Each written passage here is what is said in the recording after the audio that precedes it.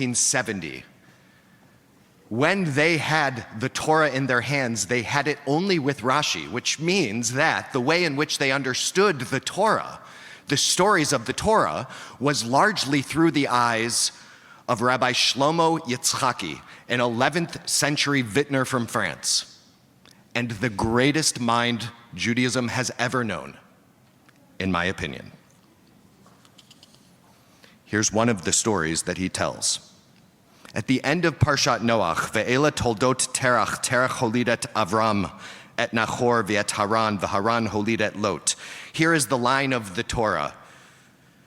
Terach begat Avram, who would become Avraham, and Nachor and Haran. He had 3 sons, and Haran begat Lot, Avraham's nephew.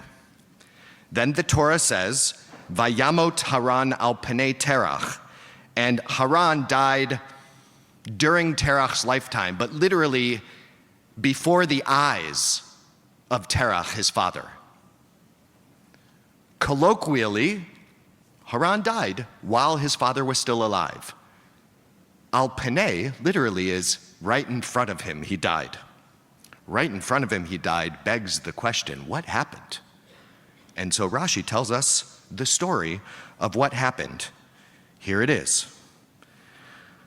Terach accused his son Avram of having smashed his idols to bits. This should start to sound familiar. Terach accused his son Abraham of having smashed his idols, and so he cast Abraham into a fiery furnace. Like, ooh, wait, we didn't know this part of the story. Yeah, this is the story. And Haran, Abraham's brother, waited, he watched what would happen. What happens when Abraham goes into that fiery furnace? If he survives, that means this God he believes in, he's right and he's real. And therefore, I'm gonna say I'm with Avram. And if he burns up, if he doesn't survive, he'll say, not with Avram. Well, Avram came out of that fiery pit, which means God won, but Haran lost. Because once he said, I'm with Avram, his father decided to throw him into the fiery pit. And that's how he died in front of his father. Embedded in that midrash is the story most of us learned about why Abraham was chosen to be one of the patriarchs of Judaism, the first patriarch, along with his wife Sarah, the first matriarch. Why were we all taught as children? If you were in any form of Jewish education as a child, if you were not, you're about to learn what you would have learned had you been. Why was Abraham chosen? He smashed his dad's idols. Yeah. Well, Rashi told that story as part of another story.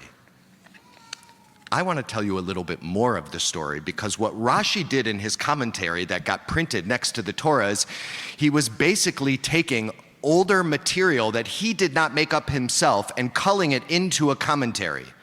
80% of Rashi is not Rashi. 80% of Rashi is rabbinic Judaism, Midrash, and Talmud that he then realigns to fit as a commentary to Torah. He makes choices along the way. What do I want and what will I leave? Here's the story he took from. Terach was an idol worshiper. In fact, Terach was more than an idol worshiper. He was a seller of idols. And one day he went away on vacation, and he installed his son Abraham to be the idol salesman in his place. A person would come by seeking to buy an idol, and Abraham would say, hey, how old are you? Which is a great way to do business. How old are you? And one person said, 50 years old. And he would say, woe to this man, a 50-year-old who is about to bow down to a one-day-old, the idol. And the person would be ashamed, the Midrash teaches, and run out of the store. One time, the Midrash teaches, a certain woman came carrying a dish of fine flour in her hand, and she said, here, will you offer this dish of fine flour before all of these idols, these gods? And Abraham arose, and he took a club, like a baseball bat, and he shattered all of the idols. And then he put the club in the hand of the biggest idol. When his father came home, he said, "Who did this to the idols?" And Abraham said, "Dad, I will not lie to you. A certain woman came.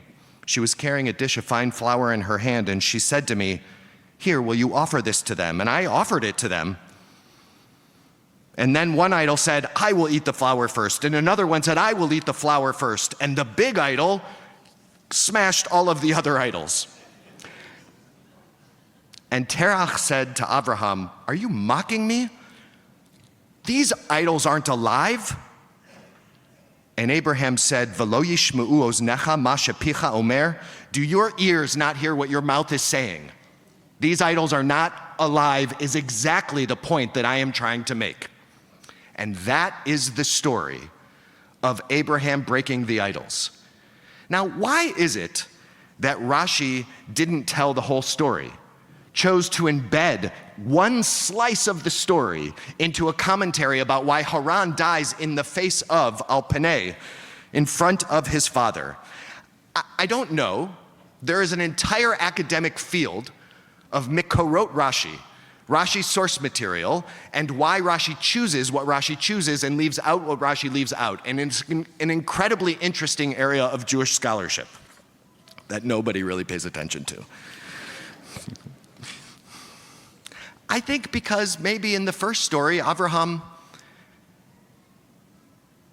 acts on behalf of God by shaming people out of the store. And that's not the story Rashi wanted to tell. And maybe in the second one, it's because Abraham opened with, "Dad, I'm not going to lie to you," and then lies to him about what happened. And maybe Rashi didn't want to tell that story. Maybe Rashi just had a small, short, simple story to tell. That is how life works. We are all presented with a significant amount of information, and sifting through it and deciding what story to tell or how to tell the main point of the story is something that journalists do incredibly well, and most of us struggle with on a regular basis. And if we only have access to a sliver of the story, well, that's the story we will tell. This piece of Torah in this particular week allowed me to reflect a little bit more broadly. I thought, what will be the Rashi on this era of Adas Israel's history? What is the story and the backstory that will be told about us?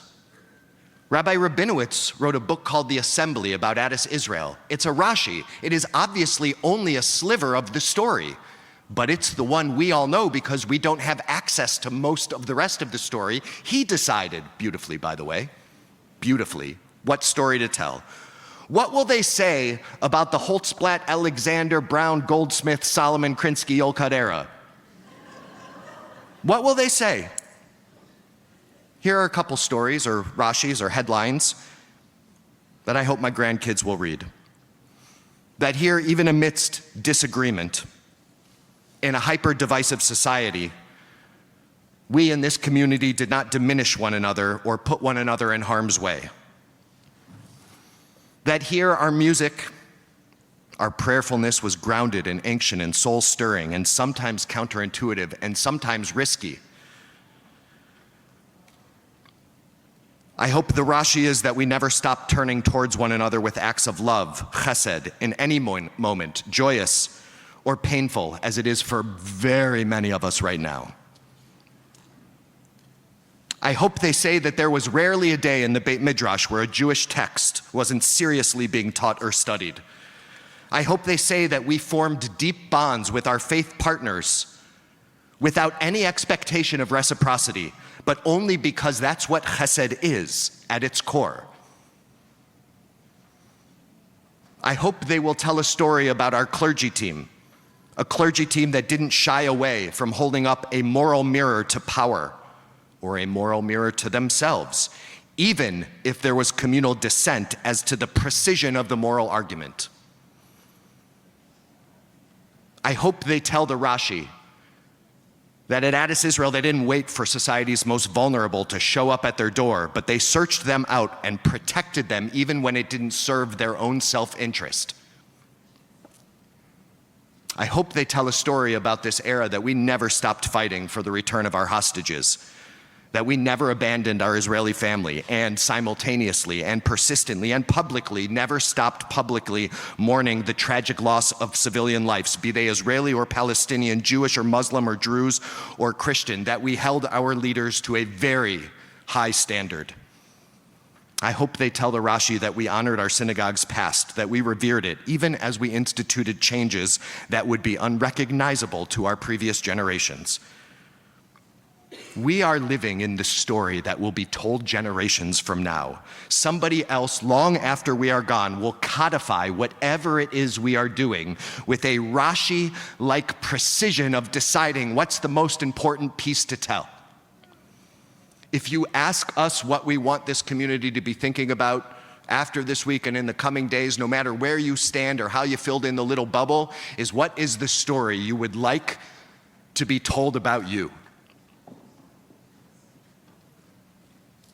I'm leaving it as an open-ended question. You got my beginning. But I think really, let's just turn towards one another and then get to work. Shabbat Shalom.